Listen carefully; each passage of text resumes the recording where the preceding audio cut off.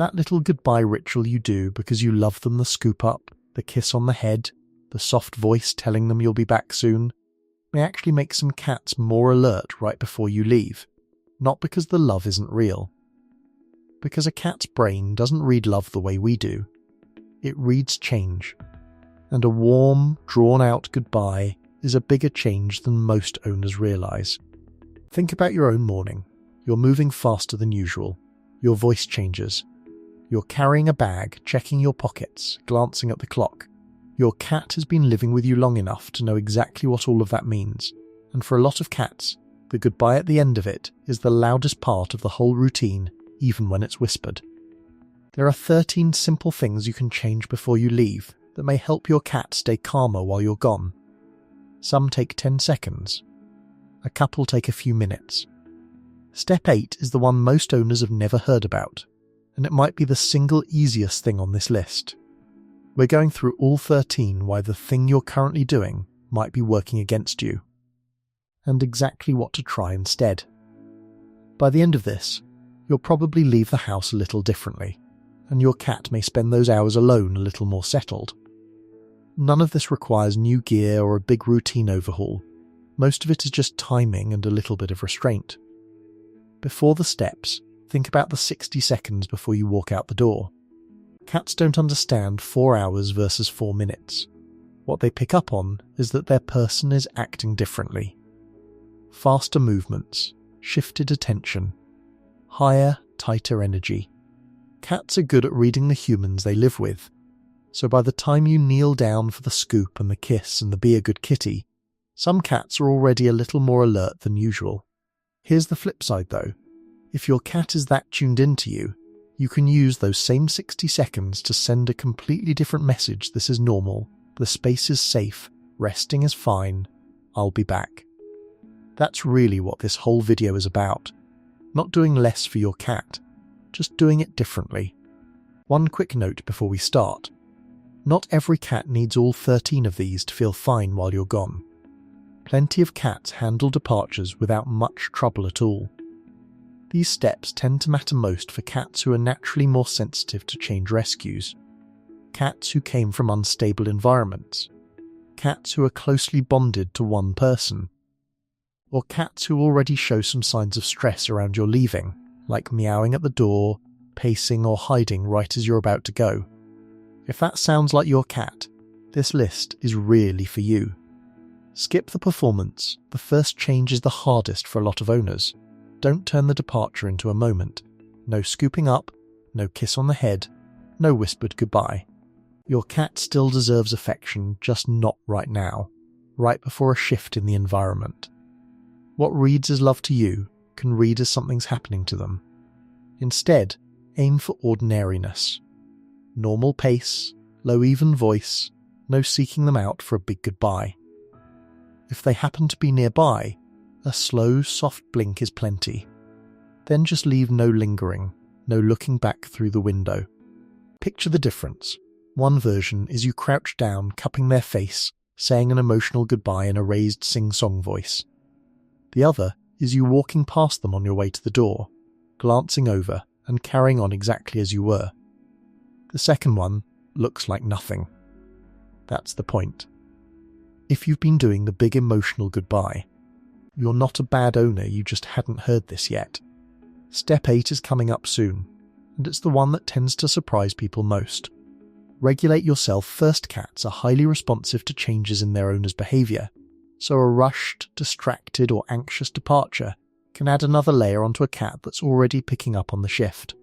Your pace, your posture, the quality of your attention, all of it, is information to them, whether you mean it to be or not.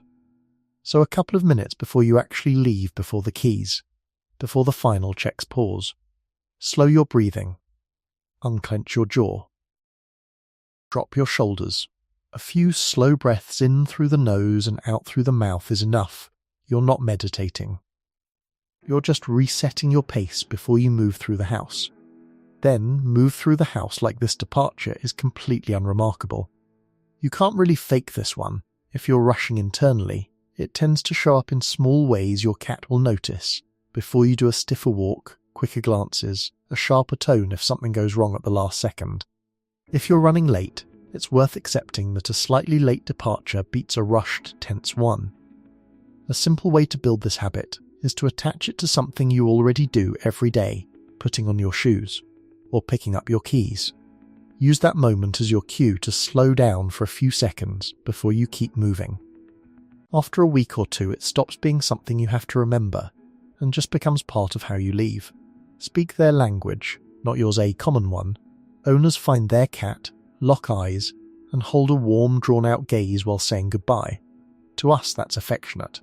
To a cat, a hard, sustained stare can feel a little confrontational, especially if they're already a bit alert. The fix is the slow blink.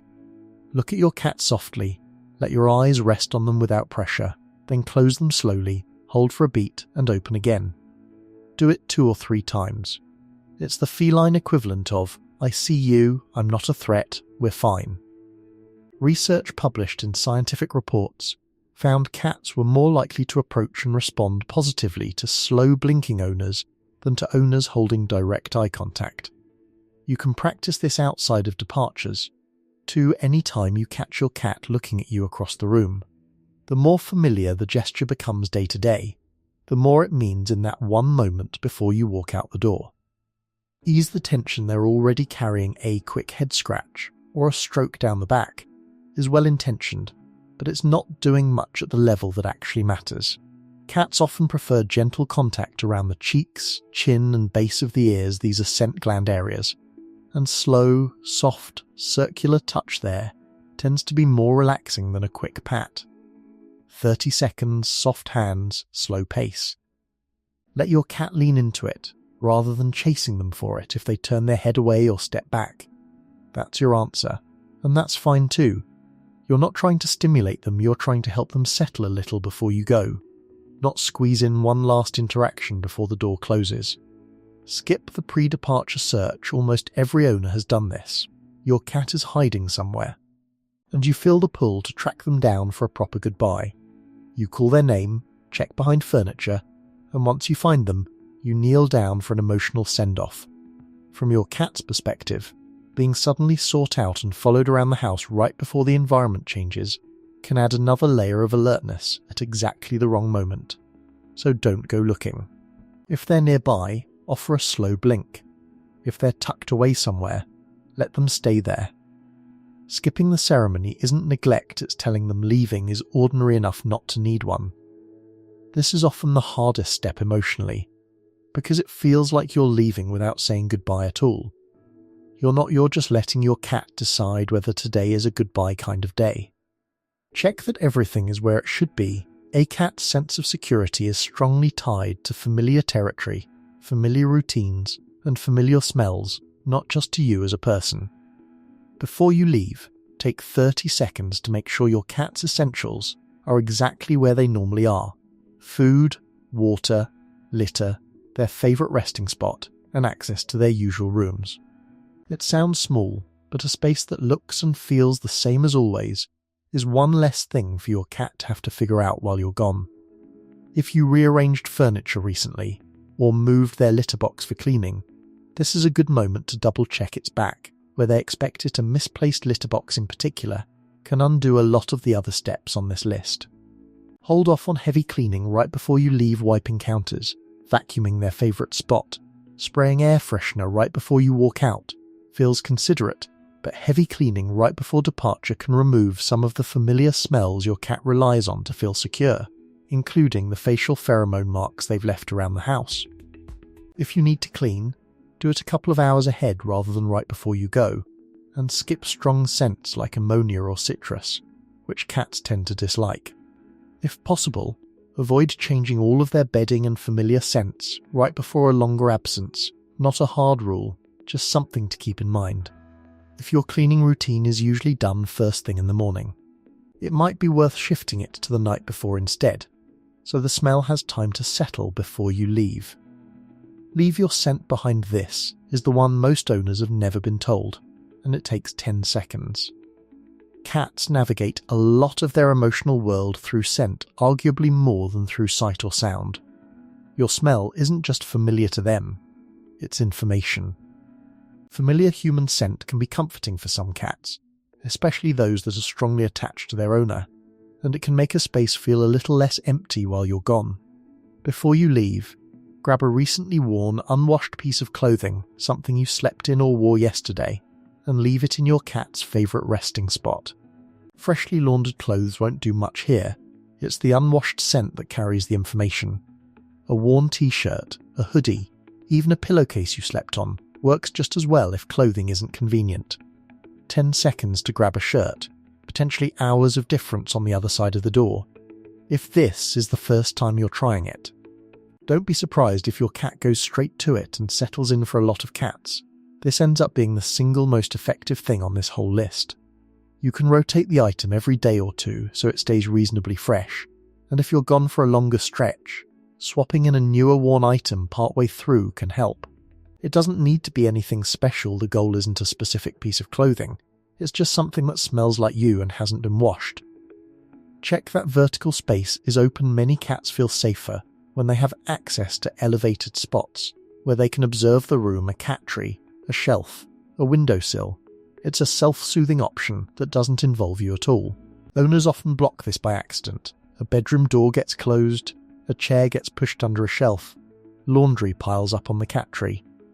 Take 10 seconds before you leave to check that your cat's usual high spots are actually reachable. It's a small thing, but access to that option matters more than most people expect. If your cat doesn't have much vertical space to begin with, this is also worth thinking about outside of departure time. Even a cleared-off bookshelf or a windowsill with a cushion can give them somewhere to retreat to during the day.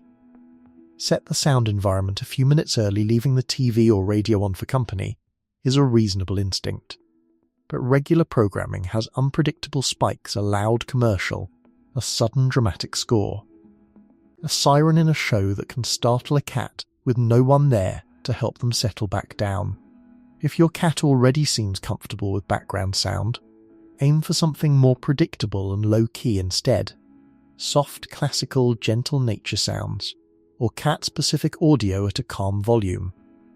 There are playlists made specifically for this, some labelled for cats. Others just low-tempo instrumental music without sudden shifts in volume. Set it up about 5 minutes before you leave, so it's already part of the environment by the time you actually go, rather than switching it on as you walk out.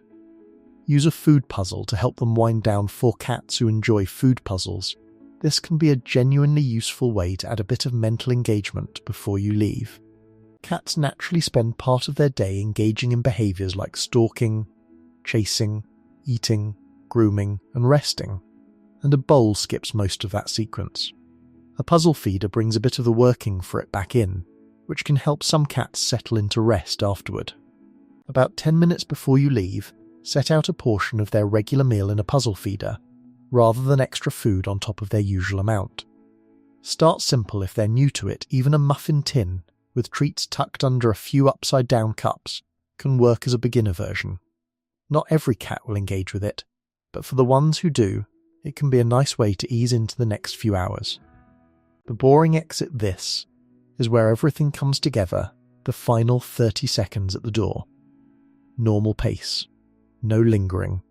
No last look back. No long goodbye or high, soft-voiced farewell. If your cat's nearby, one slow blink is enough. Then walk out. No checking through the window, no knocking on the glass, no coming back in to redo the goodbye if you forgot something. Your cat doesn't need a dramatic goodbye. They need a predictable one. The boring exit isn't cold, and it isn't unloving. It's arguably the most considerate thing you can do in that moment, because it tells them, nothing's changed, this is what leaving looks like. It always ends the same way. The first few times you try this, it might feel strange, almost too casual. That feeling usually fades once you notice your cat isn't rushing to the door or pacing by the window the way they might have before. The return matters too. How you come home shapes how your cat experiences the whole cycle, not just the leaving part. A big, excited "I missed you" and an immediate scoop up feels loving, but it can teach your cat that reunions are high-intensity events too.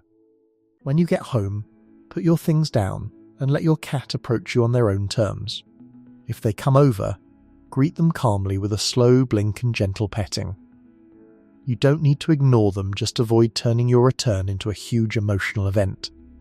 Save the excited voice and the play session for a little later, once they've had a minute to register that you're back. One last thing worth knowing: none of this works overnight. If your cat has had a long-standing pattern of stress around departures, it's reasonable to expect a week or two of consistency before you notice a real shift, and some cats will always be a little more sensitive than others no matter what you do. If your cat is showing more serious signs going to the bathroom outside the litter box, excessive grooming to the point of bald patches, or noticeable weight change that's worth a conversation with your vet rather than something to solve with routine changes alone. Quick recap. A couple of minutes before you leave, slow down. Use their language instead of yours. Ease their physical tension.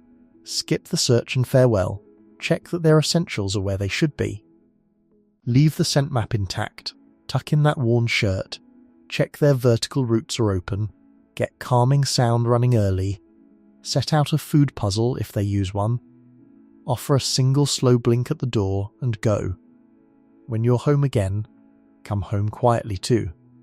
That's not really a trick. It's just speaking to your cat in a way their instincts actually understand, and once you see it that way, the guilt of walking out the door tends to ease up a little too. You don't need every single one of these to make a difference. Even picking 2 or 3, the slow blink, the worn shirt, and the boring exit, is usually enough to notice a change in how your cat handles the hours you're away.